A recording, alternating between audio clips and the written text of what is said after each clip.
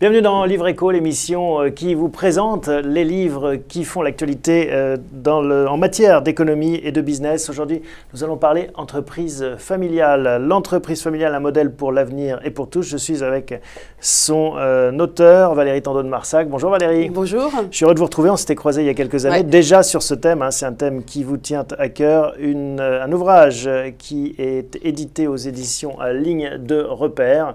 Vous aurez tout le détail dans l'article à côté de la vidéo. Valérie, donc oui, on le rappelle, vous êtes avocate de formation et vous accompagnez beaucoup d'entreprises familiales, d'où cet intérêt pour la matière et cette volonté d'essayer de faire profiter de vos lumières ceux qui pourraient lire cet ouvrage. Un modèle pour vous, l'entreprise familiale, c'est vraiment votre foi la plus profonde. Alors oui.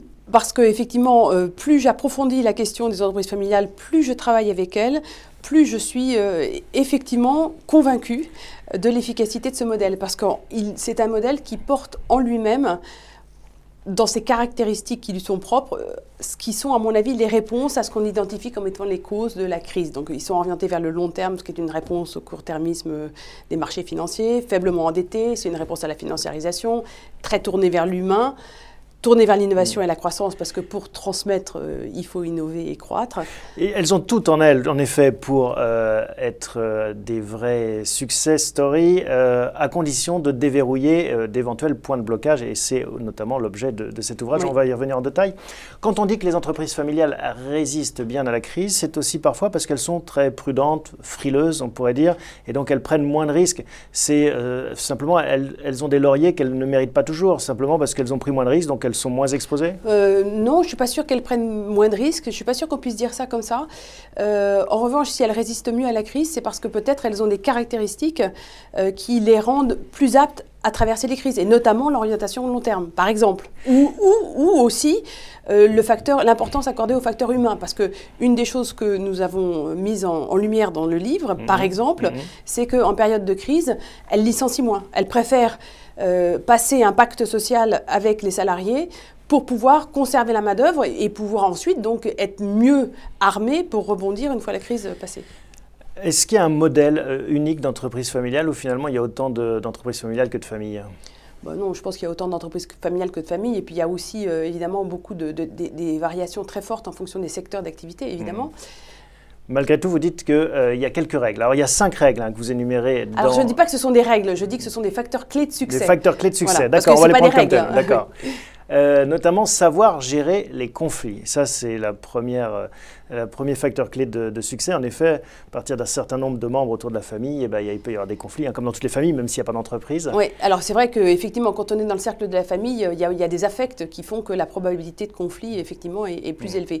Mais après, ce que j'ai trouvé intéressant, et c'est pour ça qu'on en a fait le premier chapitre, c'est que régler les conflits, le conflit n'est pas nécessairement quelque chose de négatif. Parce que quand le conflit est bien traité, il permet aux protagonistes de progresser.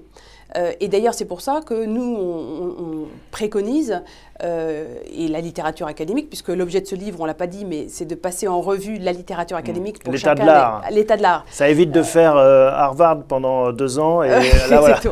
C'est de passer donc... Et donc, ce que dit la littérature, et ce que je préconise moi, effectivement, aussi en tant que conseil, c'est qu'il faut à tout prix, évidemment, éviter le contentieux judiciaire. Donc, les modes privilégiés de règlement des conflits dans les entreprises familiales, c'est la conciliation, la concertation, la conciliation, la médiation et tous les modes alternatifs de règlement des conflits. Et ça va même au-delà. Vous dites qu'il faut écrire une charte, finalement, de gouvernance familiale, comme il peut y en avoir dans l'entreprise, de la gouvernance d'entreprise, mais à côté, en parallèle, il faut la gouvernance familiale, parce que ça oblige à se poser ces questions, cette constitution, finalement, de la famille et du pouvoir et des arbitrages. Alors, vous dites c'est une constitution, une charte, tout le monde pense à un document, mais en fait la charte c'est aussi un processus, et un processus qui commence par l'écoute des besoins des différentes parties prenantes, de tous les membres de la famille, parce que dans une famille, souvent, les choses ne sont pas forcément explicitées. Donc, on présuppose que tel ou tel a vocation à reprendre l'entreprise, alors que ce n'est pas forcément nécessairement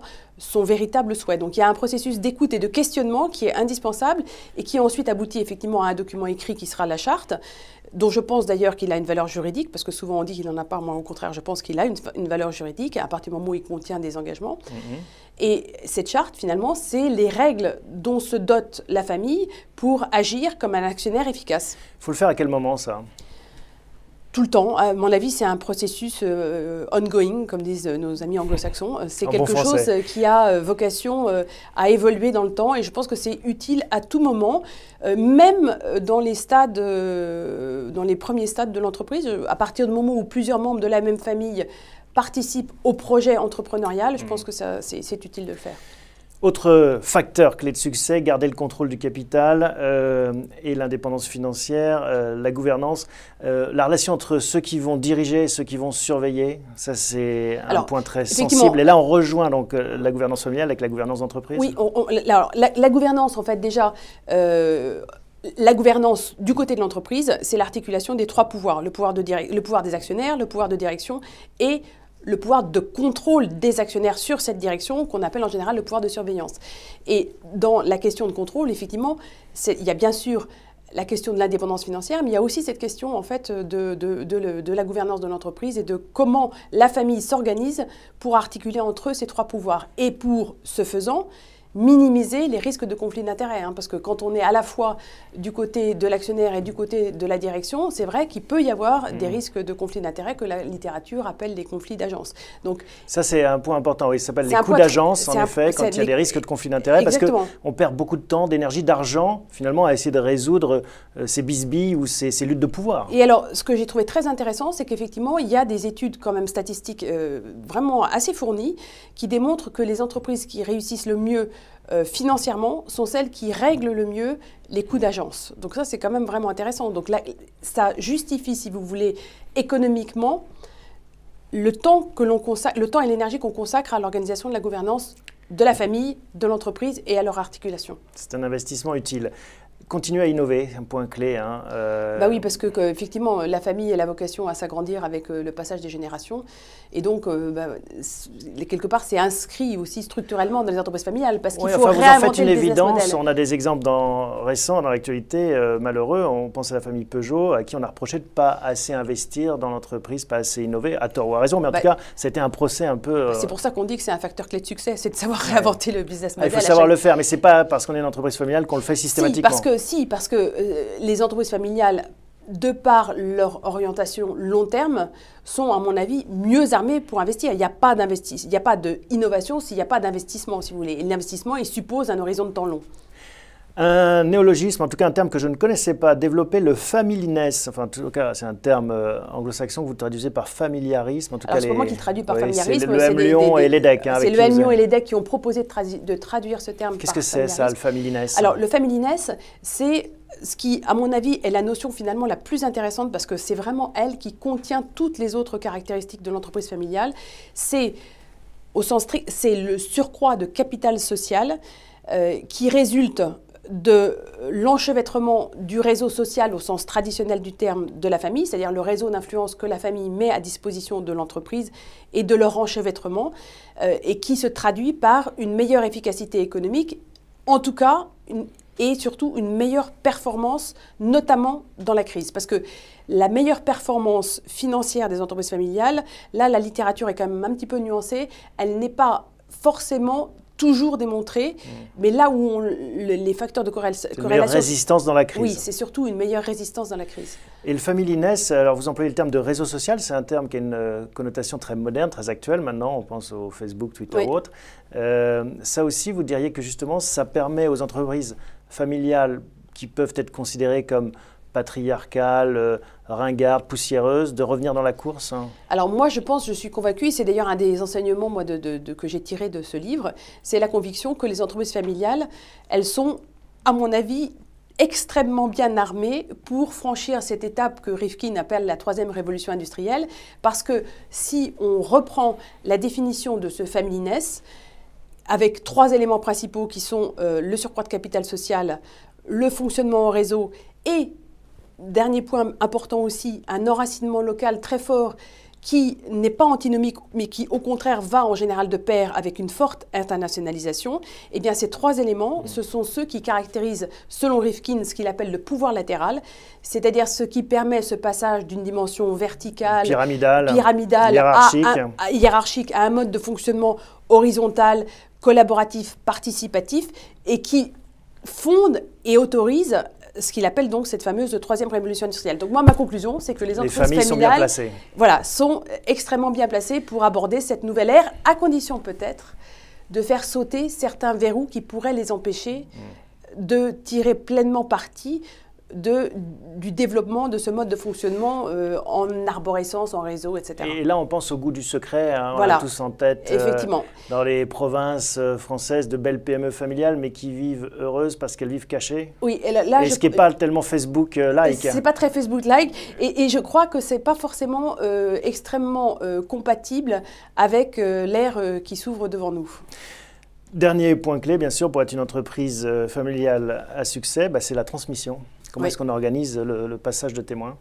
C'est clé. Comment est-ce qu'on l'organise dans le contexte... D'abord, je crois que les quelques enseignements que j'ai pu tirer de ce livre, c'est il faut absolument l'anticiper. Beaucoup d'entreprises, en fait, ne s'y prennent pas suffisamment en amont. Et plus on anticipe, plus les chances de succès sont grandes. La deuxième partie, c'est qu'il ne faut absolument pas sous-estimer les facteurs psychologiques. Il y a des choses très intéressantes dans la littérature qui sont dites à ce sujet. Le facteur psychologique est un élément absolument clé de la transmission. Et puis après, évidemment, il y a ce qu'on connaît mieux et ce qu'on mesure mieux, c'est-à-dire la complexité technique qui, malheureusement, dans le contexte français actuel, ne s'arrange pas. À s'accroître. Vous avez travaillé avec les étudiants de l'EDEC Business School. Comment est-ce que vous avez travaillé ensemble ? Alors, j'ai travaillé avec 6 étudiants de l'EDEC qui, chacun m'ont accompagné pour chacun pour quelques-uns des 14 entretiens que nous avons menés, puisque donc le livre, c'est une revue de littérature et des entretiens avec 14 chefs d'entreprise. Donc, ils m'ont accompagné dans les entretiens avec les chefs d'entreprise et puis ils m'ont fourni la matière première, c'est-à-dire c'est eux qui ont fait la revue de littérature académique qui vient nourrir les chapitres introductifs de chacun de ces 5. Oui, parce que c'est vraiment un ping-pong, théorie, pratique, et ces entretiens nourrissent la pratique. Ça a été facile là, de rencontrer ces 14 chefs de famille et chefs d'entreprise. On peut citer quelques-uns, Patrick Daher, Philippe Dornano, Philippe Odo, Pierre-Emmanuel Tétinger ou Emmanuel Viellard, pour n'en citer que les quelques-uns qui figurent dans cet ouvrage. Marie-Hélène Dick aussi, on peut citer les femmes. Oui, on peut citer les 14 et les femmes, absolument. On peut citer Il y a aussi des femmes qui gèrent de belles entreprises familiales. Est-ce qu'ils se livrent facilement, justement, ces chefs d'entreprise ? Écoutez, moi, je dois dire qu'ils ont été extrêmement ouverts, extrêmement bienveillants, et chacun d'entre eux a consacré plus d'1 heure et demie, voire parfois 2 heures aux entretiens. Je les remercie vraiment de nous avoir accordé ce temps qui nous a beaucoup fait progresser dans la compréhension du sujet entreprise familiale. Et qui vient enrichir donc l'ouvrage avec des exemples vécus, pratiques, concrets, et c'est le charme aussi de cet ouvrage, L'entreprise familiale, un modèle pour l'avenir et pour tous, aux éditions Ligne de Repère. Merci beaucoup Valérie de nous avoir rendu visite. Merci. On se revoit dans quelques temps pour le troisième opus. À bientôt.